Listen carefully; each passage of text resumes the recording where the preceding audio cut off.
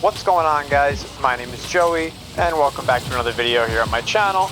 Today, I'm going to be showing you 3 Protea builds that absolutely murder in 2025.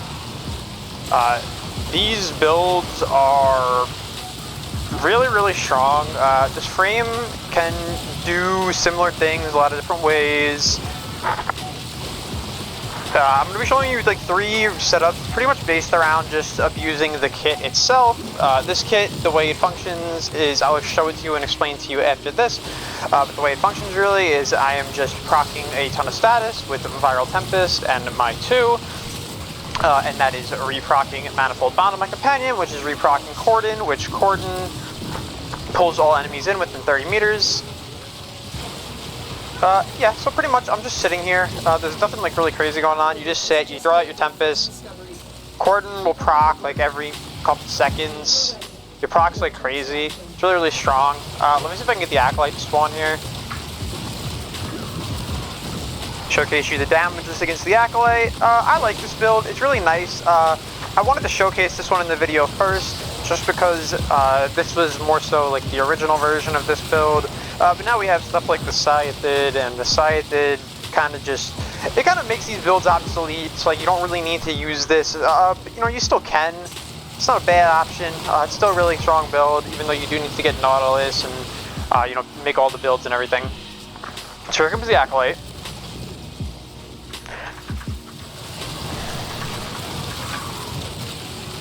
Just gonna let my guns take care of them. Very easy, very simple. Now those are really low multipliers. They had to build up because I dropped them right when he came out. Yeah, so that's what this is. Also, you don't need to run any like redirection. You don't need to run any auger mods. You don't need to run shield regen. All you need is Aegis. You don't even really need Aegis. It's just nice to have it. The satellites are so powerful. Like whenever you need to shield gate, you just drop the satellites at your feet and they'll shield gate for you. You'll get max overshield, so this will equate to you getting you know, the max shield gate of 2.5 seconds. Which will work really well. So you don't really need too much to rock the other frame, which is nice. If you want to go rolling guard, drop status effects, you can. If you want to just run worm with the other setup, you can, that I'll be showing you. But for now, yeah, I just wanted to show you guys this and how it works. It works really well. You kind of need the right scenario for it to work the best way, but it works really well on tile sets where you can have enemies funnel from both sides of you. Works the best way in that scenario. But yeah, so that's the build here. I'm going to be leaving the mission, and I'm going to be showing you guys these 3 builds.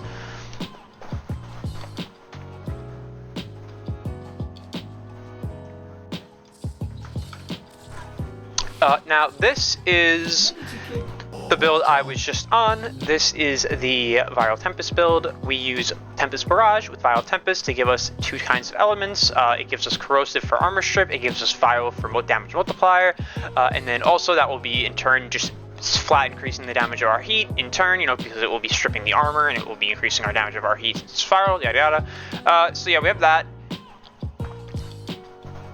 So pretty much the build is really simple. I have a couple shards on, so the stats are going to look a little bit different, but pretty much you just go for 235 range here to get the max range on your Tempest Barrage.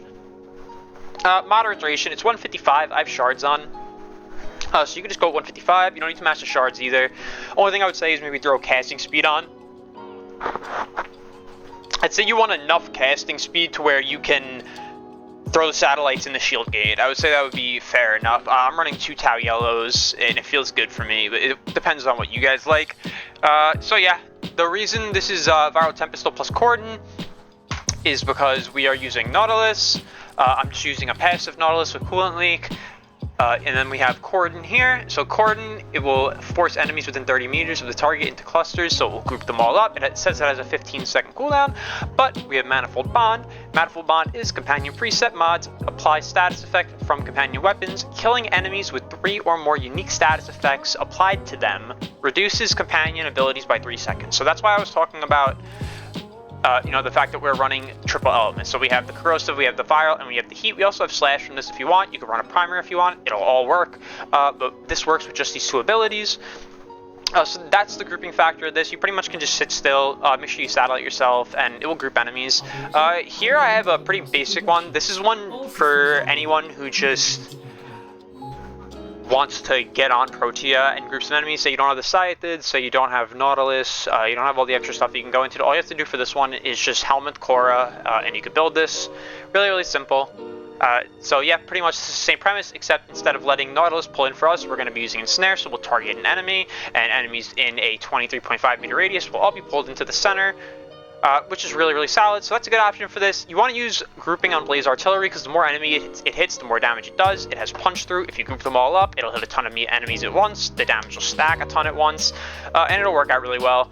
So yeah, pretty much that's how this build works. Like I said, you only need the satellites to stay alive, because since you'll have constant shields, Aegis will proc all the time. I mean, this procs really often on this Warframe.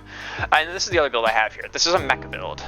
So this build, I use the mecha set plus Roar to spread my dots around the room. You can go differently about this. This is just a fun one that I put together. I really like this one. Usually when I'm just out and about playing Protea, this is the one I'm using, and I'm using the side that is my secondary so I can group enemies. But really, you guys can use whatever you want. I wanted to show you guys these 3 builds. They're really fun.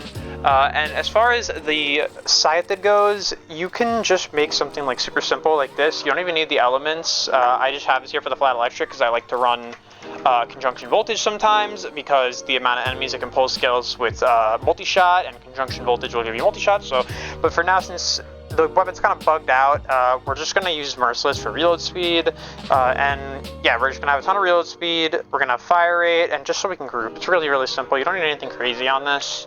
I'll probably show my disruption setup another time. You know, I use this for disruption a bit. It's really strong. But yeah, so that's the build. Let me know what you guys think in the comments down below. Leave a like, please subscribe, and thank you for watching my video.